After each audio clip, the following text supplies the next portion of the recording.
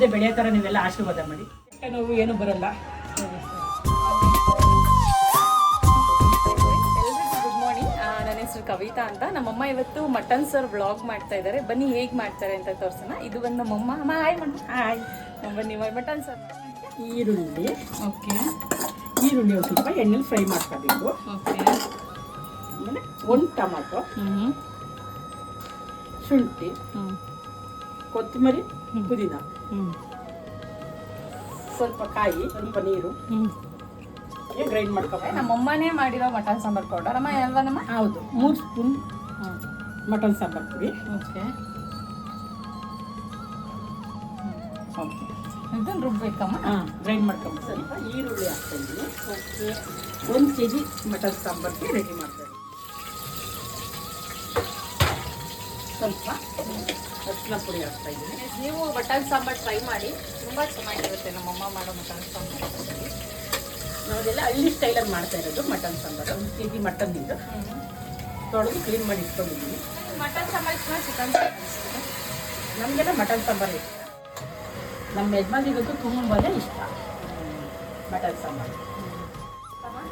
ಸ್ವಲ್ಪ ಉಪ್ಪು ಹಾಕ್ತಾ ಇದ್ದೀನಿ. ಸಾಲ್ಟ್ ಹಾಕಿದ್ಮೇಲೆ ಖಾರ ಪುಡಿ ಹಾಕ್ತೀರಾ? ಅದು ಸ್ವಲ್ಪ ಫ್ರೈ ಆಗಬೇಕು. ಎಣ್ಣೆ ಇದು ನೀರೆಲ್ಲ ಸೀಕಬೇಕು ಸ್ವಲ್ಪ, ಇಲ್ಲಾಂದರೆ ಟೇಸ್ಟ್ ಬರಲ್ಲ.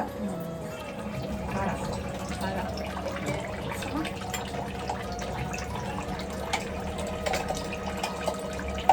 ಎಷ್ಟು ವಿಸಿಲಮ್ಮ? 4 ವಿಸಿಲ್. ಫ್ರೆಂಡ್ಸ್, ನಮ್ಮನೆ ಮಟನ್ ಸಾಂಬಾರ್ ತಿಂತಾ ಇದೆ ನನ್ನ ತಮ್ಮ ಸತೀಶ್ ಅಂತ ಹೇಳ್ಬಿಟ್ಟು. ಹಾಯ್ ಮಾಡುವ. Hi friends. ಇವನು ಇನ್ಮೇಲಿಂದ ವೀಡಿಯೋಸಿಗೆ ಸಪೋರ್ಟ್ ಮಾಡ್ತಾನೆ. ಆ್ಯಕ್ಚುಲಿ ಎಲ್ಲ ರೀತಿ comedy videos, family entertainment videos ಮಾಡ್ತಾನೆ. ದಯವಿಟ್ಟು ಇವಳಿಗೆ ಲೈಕ್ ಮಾಡಿ, ಶೇರ್ ಮಾಡಿ, ಕಮೆಂಟ್ ಮಾಡಿ, ಸಬ್ಸ್ಕ್ರೈಬ್ ಮಾಡ್ಕೊಳ್ಳಿ. Thank you. ಇದು ಯಾಕೆ ಇಟ್ಟಿರೋದು ನೀನಮ್ಮ? ಇದು ಏನಿದು ಕುಡ್ಲಿ ಯಾಕಮ್ಮ ಇಡೋದು ನೀವು? ಅದು ಏನಂದರೆ ನಮ್ಮ ಕಡೆ ಎಲ್ಲ ಅದು ಹೊರಗಡೆಯಿಂದ ಮಟನ್ ಚಿಕನ್ ಏನೇ ತೊಗೊಂಬಂದ್ರೂ ನಾವು ಕುಟ್ಲು ಸ್ವಲ್ಪ ಕಾಯಿಸ್ಬಿಟ್ಟು ಎಜ್ಜೋದು ನಮ್ಮ ಕಡೆಯಿಂದ ಅವತ್ತಿನ ಕಾಲದಿಂದಲೂ ನಾವು ನಡ್ಕೊಂಬಂದಿರೋದು. ಹಂಗಾಗಿ ನಾವು ಏನಾಗುತ್ತಮ್ಮ? ಇದು ಒಳ್ಳೆಯದು, ಹೊಟ್ಟೆ ನೋವು ಏನು ಬರಲ್ಲ. ಹಂಗಾಗಿ ನೀವು ಈ ಥರ ಎಲ್ಲ ಮಾಡ್ತೀರಾ? ನೋಡಿ, ನಮ್ಮಮ್ಮ ಯಾವಾಗೂ ಮಾಡ್ತಾರೆ.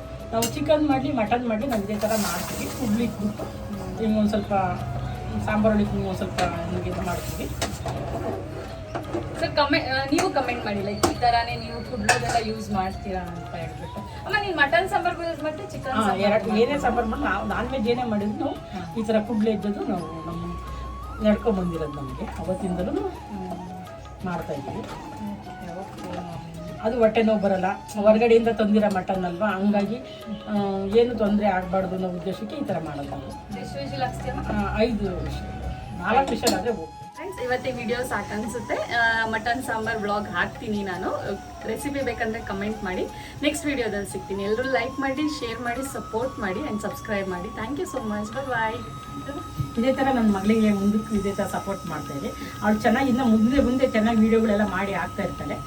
ಎಲ್ಲ ಸಪೋರ್ಟ್ ಮಾಡಿ. ಅವಳು ಚೆನ್ನಾಗಿ ಮುಂದೆ ಬೆಳೆಯೋ ಥರ ನೀವೆಲ್ಲ ಆಶೀರ್ವಾದ ಮಾಡಿ. Thank you. ಬಾಯ್.